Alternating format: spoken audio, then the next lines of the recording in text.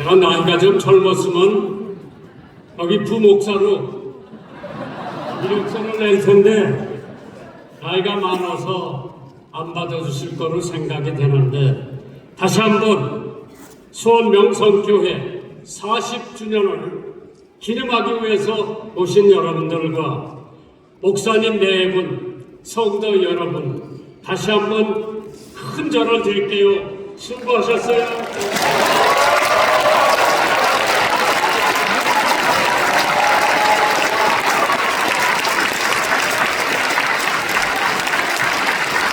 제가 이따 좀씩 서울에 큰 교회 가서 설교를 해봅니다. 순복음교회, 서울 명성교회, 서울 사랑의 교회.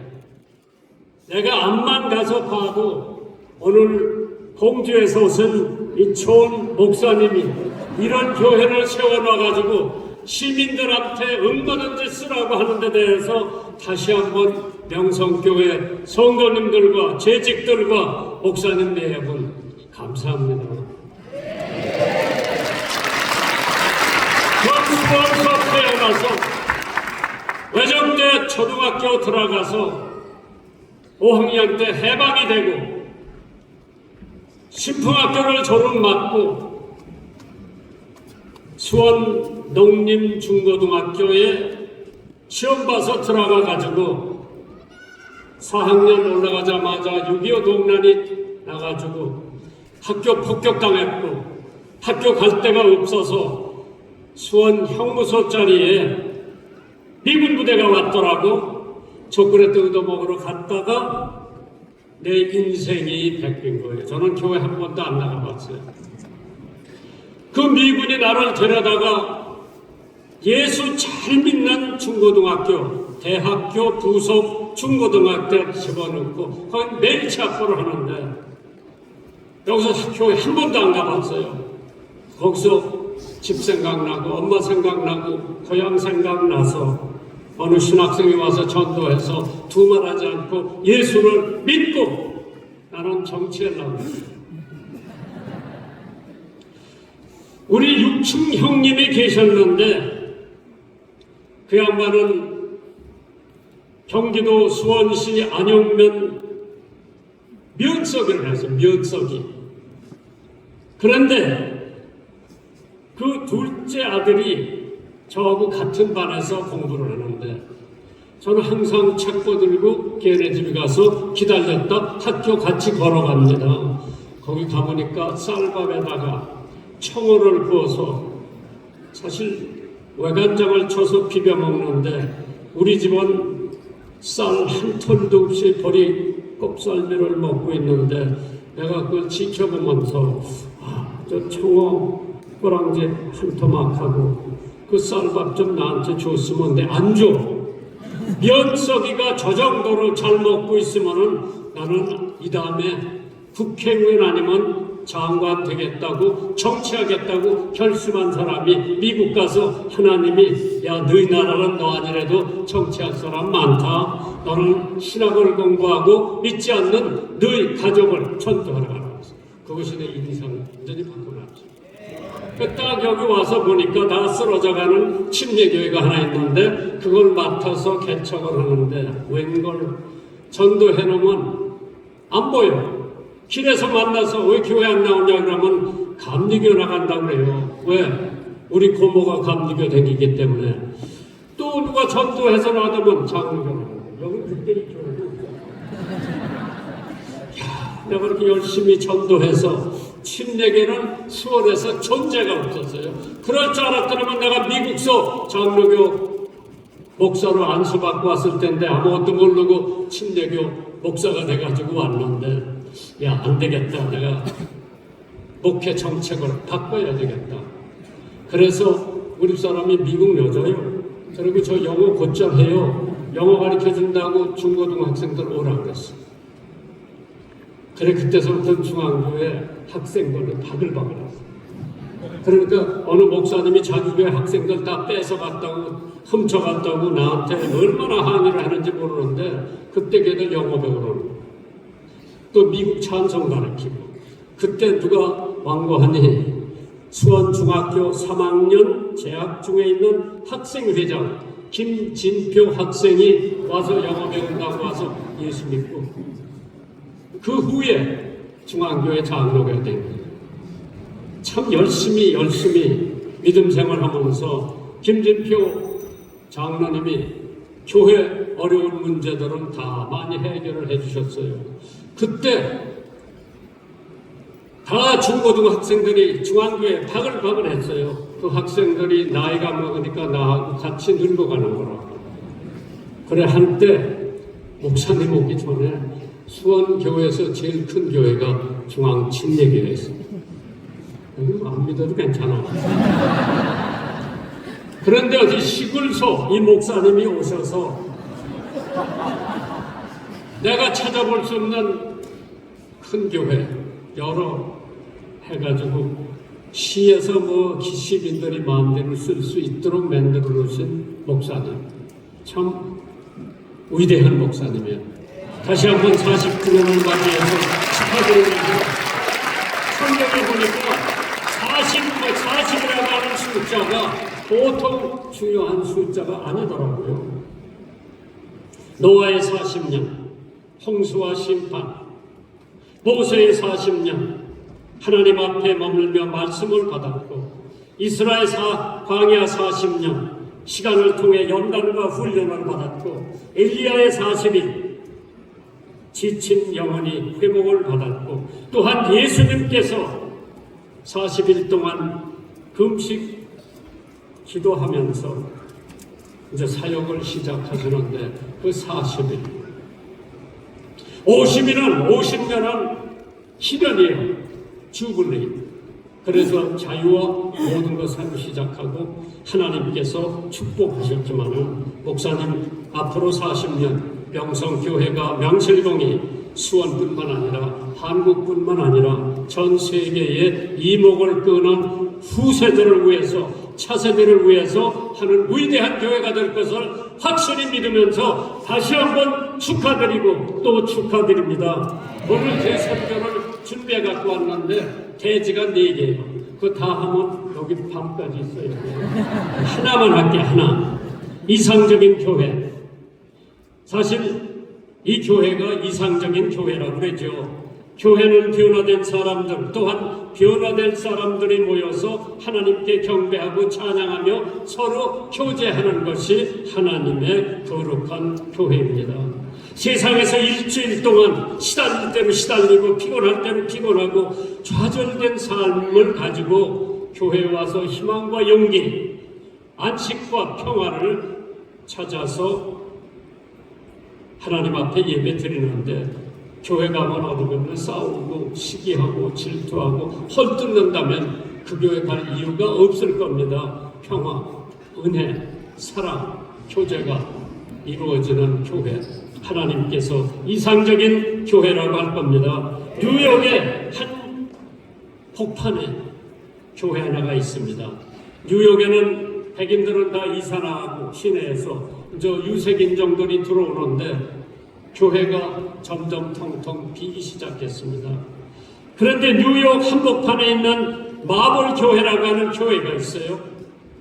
거기 담임 목사가 노먼 빈슨 피얼이라고 하는 목사님인데 그 교회는 1부 예배 끝마치면 2부 예배 가려고 기다리는 사람들이 수백 명입니다. 그런데 그 목사님의 성공 비결을 얘기를 들어보니까 인생은 깨지기 쉽다. 기도를 통해 인생을 다루라고 했습니다. Life is fragile. Handle with prayer. 기도하라. 매일 기도하라. 일마다 기도하라. 그것이 그 교회 성장의 비결이라고 합니다. 그래서 이상적인 교회가 어떠한 교회인가?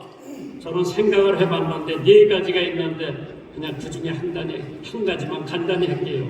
성장하는 교회가 이상적인 교회, 선교하는 교회가 이상적인 교회, 빛나는 교회가 이상적인 교회, 눈물 있는 교회가 이상적인 교회라고 했습니다. 사도행전 2장 47절에 주께서 구원받은 사람을 날마다 더하게 하시느니라. 하루 3천 명이 예수 믿고 세례받았다고. 여긴 뭐 놀라지 않나요? 이상적인 교회는 성장하는 교회. 사실 말씀으로 성장하고 기도로 성장하고 교제로 성장하지만은 오늘 이 교회는 말씀과 사랑과 기도와 은혜로 성장하는 교회인 것을 믿기 때문에 수원 명성교회는 하나님이 바라다 보시는 이상적인 교회인 줄 믿으시면 하면 하시기 바랍니다. 자, 다 그만두고요. 몇 분 말씀이에요. 낙심이 될 때 시편 126편을 보고요. 마음이 냉랭할 때 요한계시록 3장을 보시고, 외로울 때 시편 91편을 보시고, 신앙을 잃었을 때 고린도전서 10장을 보시고, 피난을 받고 있을 때 요한복음 15장을 보시고, 불쾌한 일이 있을 때 12장 히브리서를 보라 그랬어요.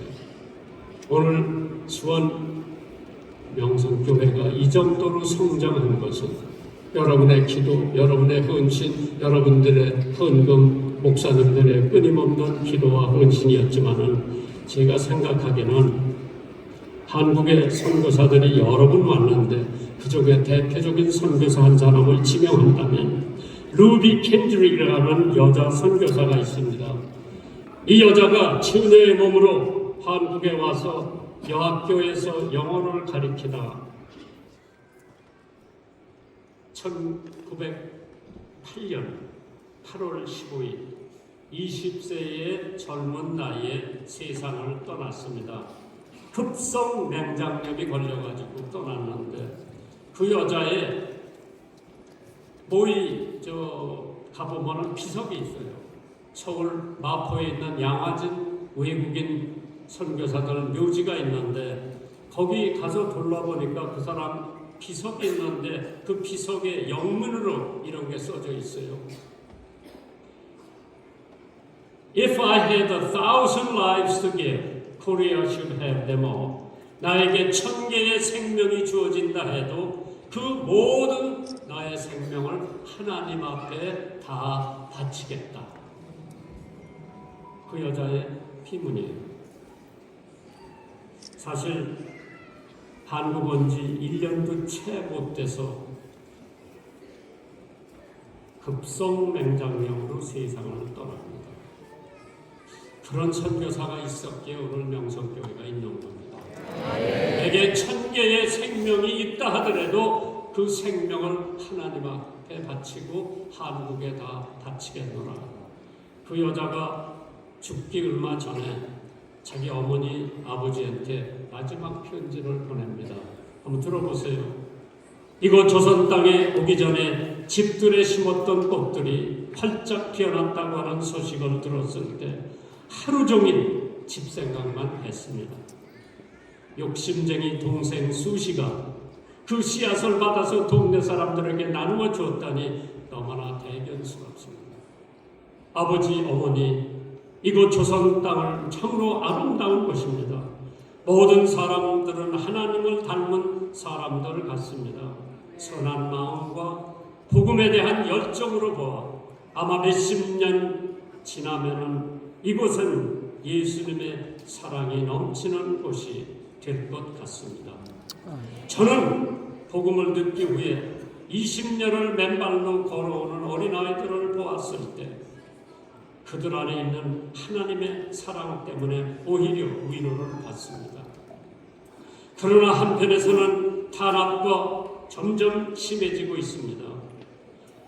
엊그제는 예수 영접한 지 일주일도 안 되는 서너 명의 성도들이 끌려가 순교했고 다마스 선교사, 제임스 선교사도 순교를 했습니다. 선교본부에서도 철수하려는 지시가 있었지만은 대부분의 선교사들은 그들이 전도한 조선인들과 아직 숨어서 예배를 드리고 있습니다.